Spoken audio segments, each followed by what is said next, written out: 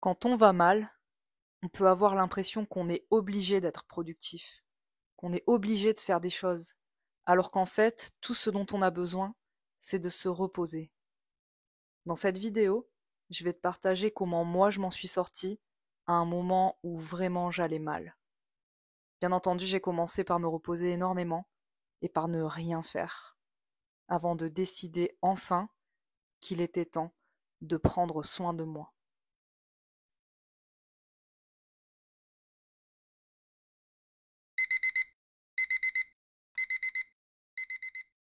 Prendre soin de toi, c'est le premier conseil que je vais te donner.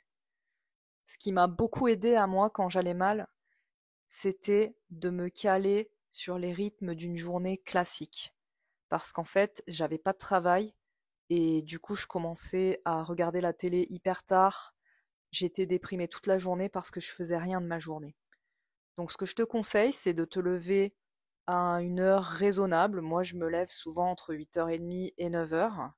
De faire ton lit. Et également, ce qui est important, c'est que tu aères ton environnement et que tu fasses entrer la lumière pour avoir un boost d'énergie dès le matin. Si tu es quelqu'un qui déjeune, tu peux déjeuner, boire un café. Moi, c'est pas mon cas. Donc du coup, ce que je faisais souvent, c'était que je partais directement à la salle de bain pour éviter de rester en pyjama toute la journée. Parce que si j'allais pas direct à la salle de bain, j'allais traîner toute la journée en pyjama. Et bien entendu, ça non plus, ça m'aidait pas à garder le moral. Je te conseille donc de faire ta toilette le plus rapidement possible après que tu te sois levé et également bien sûr de t'habiller. Ce qu'on cherche ici, comme je t'ai dit, c'est vraiment à se caler sur les rythmes d'une journée normale, de façon à se sentir bien et à avoir l'impression qu'on n'a pas raté, gâché notre journée dès le réveil. Pendant tes repas, c'est super important que tu te nourrisses correctement. Mais bien entendu, n'hésite pas à te faire plaisir. Franchement, c'est pas en se frustrant que ça va aller mieux. Et moi, je me suis fait énormément plaisir pendant tout le temps où j'essayais de retrouver le moral. Un autre point également important sur lequel il faut que tu travailles, c'est soigner ton environnement.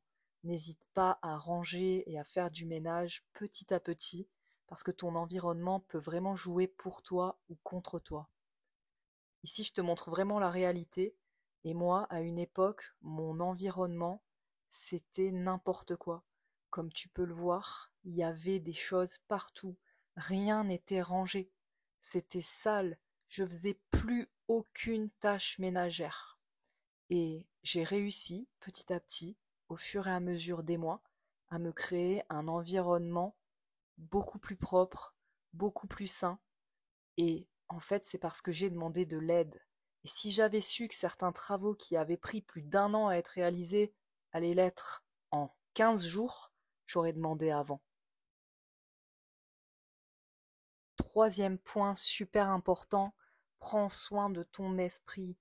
Va marcher, sors, profite de la nature. Tu sais que la nature, ça fait du bien, surtout quand on est déprimé. Donc, profite du soleil, profite de la vue. Euh, T'as sans doute des endroits autour de chez toi où tu peux aller. Profite de tes animaux, si t'en as. Profite de ton jardin, profite de ta terrasse. Lis. Moi, j'ai passé énormément de temps à lire des choses.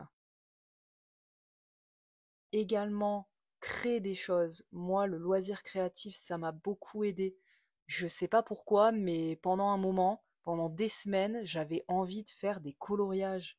Et du coup, en fait, j'ai fait énormément de coloriages et ça me faisait du bien de concentrer mon esprit sur ces choses-là et d'avoir un résultat en plus qui était beau. Écris des choses, vide ton esprit sur le papier. Moi, j'avais ce petit carnet dans quoi je faisais je sais pas, des petits messages, des petits poèmes. Je vidais en fait mon esprit, je l'avais appelé le carnet de reconstruction. Et c'est également à cette époque-là que j'ai commencé à écrire et à créer mes vidéos YouTube. Et ça a été un nouveau départ pour moi. Ce qui est important également, c'est de te détendre. Si tu pouvais savoir le nombre de séries sentimentales que j'ai regardées, de films sentimentaux et comiques pour me faire du bien. Je suis retombée en enfance, j'ai regardé La Famille Adams, j'ai regardé Madame Doubtfire. Il m'a cassé ma lanière, le petit voyou. Ouais, je t'ai préparé mes scènes préférées. Je me suis regardé tous les films de Jim Carrey parce que j'adore Jim Carrey, il me fait trop rire et je savais que si je regardais Jim Carrey, c'est sûr que j'allais pas rester déprimée et que j'allais réussir à aller mieux. Oui, oui, je vais te la faire, celle-là aussi, t'inquiète pas, tu vas y avoir droit. Ventura! Oui, Satan? Oh, veuillez m'excuser, je vous ai pris pour un autre. Pense de vos actus oiseuses, Ventura. Enfin, je t'ai préparé ce petit point bonus pour te montrer quelques souvenirs de cette année. Profite de ta famille, profite de tes amis, voyage, vois des choses qui sont belles.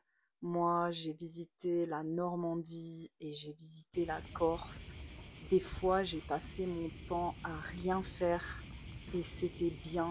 Et je te jure que si jamais tu fais ces petites étapes, petit à petit pas par petit pas chaque jour, tu iras mieux. Promis.